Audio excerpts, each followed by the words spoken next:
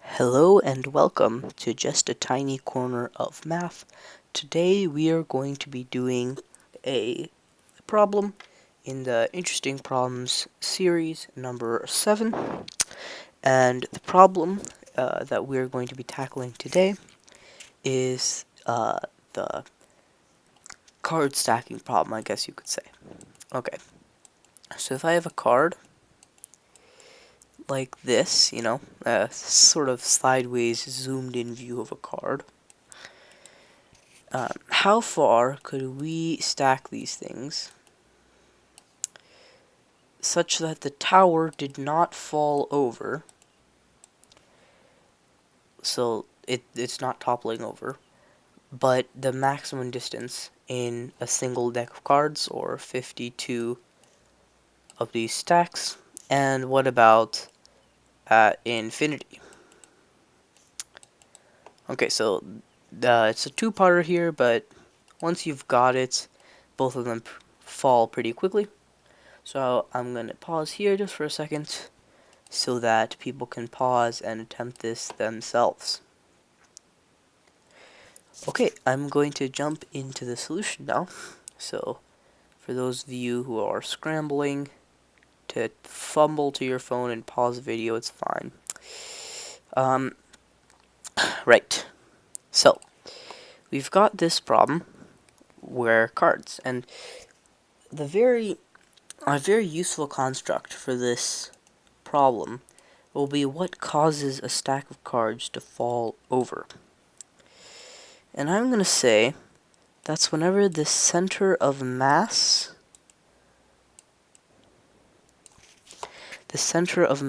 is not in the proper spot. So if you consider this dot the center of mass here, this dot the center of mass here, you can see why this wouldn't tip over, but you couldn't put it any farther. So if you consider the total mass of this thing, then this would be 25% of the mass, just this little section.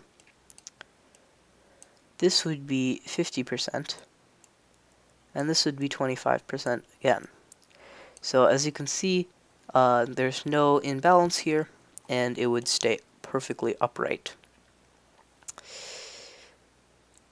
So I think it also just makes a little bit of intuitive sense by putting this focal point on the edge here would allow it not to tip over.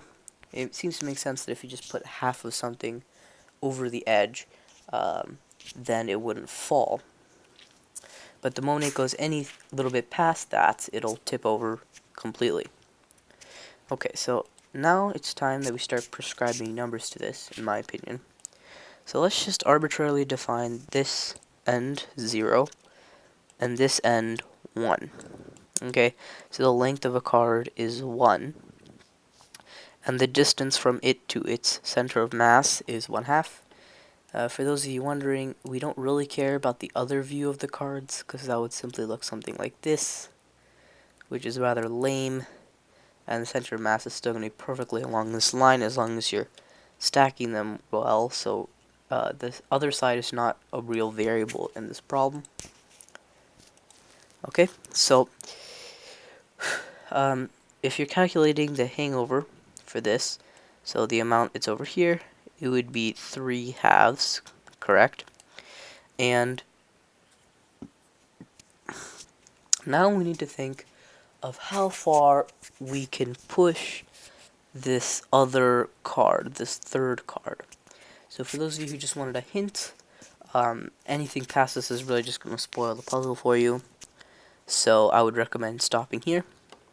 Okay, so, obviously we can't rely on putting the edge on the nearest one's focal point. That doesn't seem to work because this just does not look like a very sustainable structure. So obviously that's out the window. So what else could there possibly be that would allow such a thing to work? Well, I considered this for a while, but then I realized,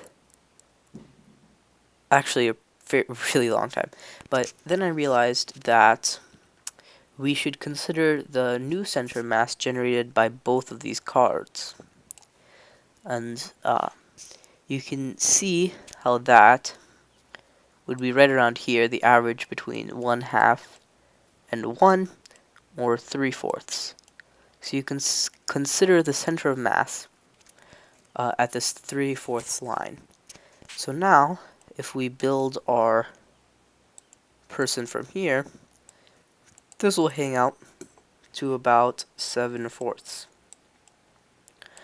Or this would be a distance of 1/2, 1/2, and this would be a distance of 1/4.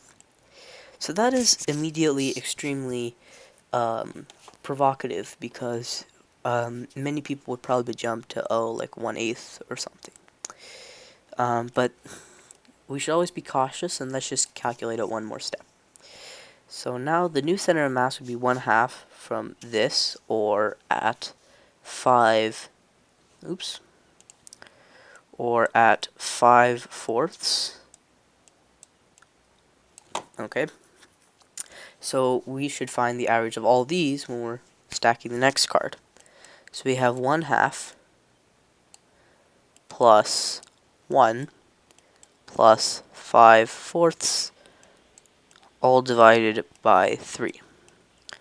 And using common fractions, we can say, well, this is 2/4 plus 4/4 plus 5/4, or in other words, 11/4 divided by 3 is 11/12. So we can see here that it's around 11/4 or 11/12 here, somewhere around here. So if we draw our next one, we'd add 1 to this, we'd add 1 to this, or 12/12. So this would extend all the way out to 23/12, or almost a full card. But what's the distance between these two? The distance between these two cards is actually, if you multiply top and bottom by 3 in this, you have 21/12, and when you subtract those, you get 2/12, or 1/6. And now I think we have a clear enough pattern, 1, 1/2, 1/4, 1/6, and so on, that we can clearly decide. So we start at 1, right? Then we add 1/2. Then we add 1/4.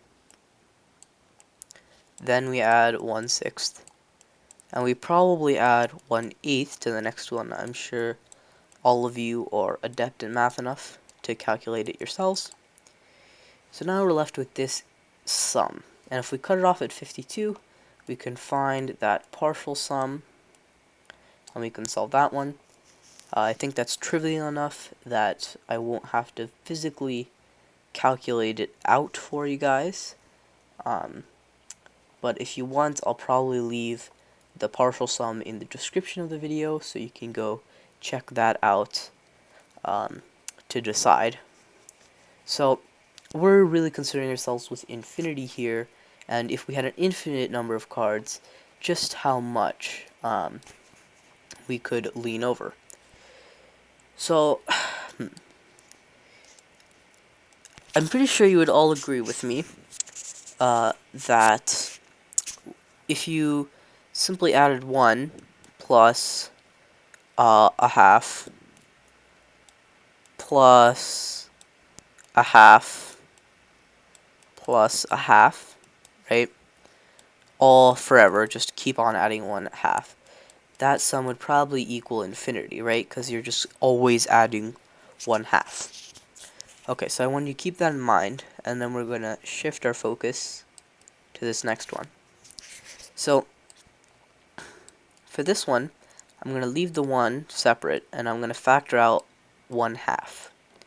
So what we're going to be left with is 1/2 plus 1 plus 1/2 plus 1/3 plus 1/4 plus 1/5, and so on. Now, many of you have probably already recognized this as a harmonic series. If so, I'm simply, for the rest of the video, just going to be proving why this diverges.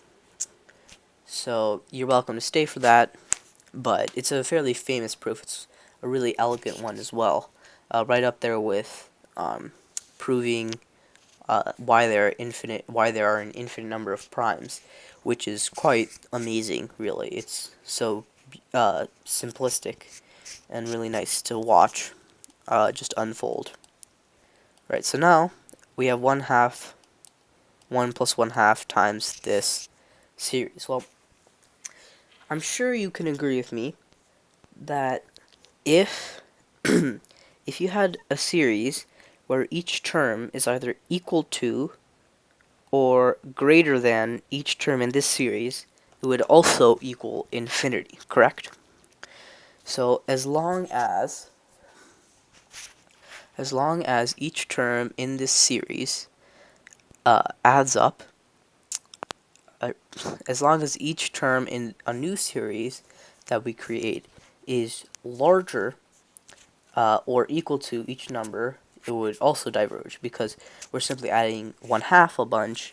It seems to make sense if we're adding 1 plus 1/2 plus 3/4 plus 1/2 plus 1/2 plus 7/8 plus 1/2, it would still go to infinity. So we're going to do something very similar here. We're going to compare each term in the series to the power of 2 that is either greater than or that is greater than or equal to the power that it's in, or greater than or less than to the power that it is. That doesn't make any sense. Just watch me do it. Okay, so 1 plus 1/2, right? So now we compare 1/3 to the nearest power of 2 that's greater than it or equal to, and we get 1/2, or 1/4, because it has to be greater than the power of 2. Then we have another 1/4 here. Then this one would go all the way to 1/8, and then 1/6 would also go to 1/8, and then so would 1/7 and 1/8. So we have another thing there. And after it crosses 1/8, I'm pretty sure you guys started to see in the pattern, we'd start adding 1/16 of 8 times before it'd get to 16. And this harkens back to one of my earlier videos when I talk about the alternating powers of 2. When you add them up, you can get every single number, and how the distance between any two consecutive powers of 2 is always equal to the smaller power of 2. And because of this, we can say that this series is equivalent to 1 plus 1/2 plus 1/2 plus 1/2. All of this is 1/2 forever and ever. And I'm sure, as you guys agreed to me here, we have infinity, 1/2 of infinity, still infinity, 1 plus infinity is still infinity. So if you took a stack of cards, an infinite stack of cards, you could theoretically get it as far to the right as you wanted. You could do loops around the earth with just stacking cards. It would take an absurdly long amount of time, though. So thank you for watching. I'll see you all next time.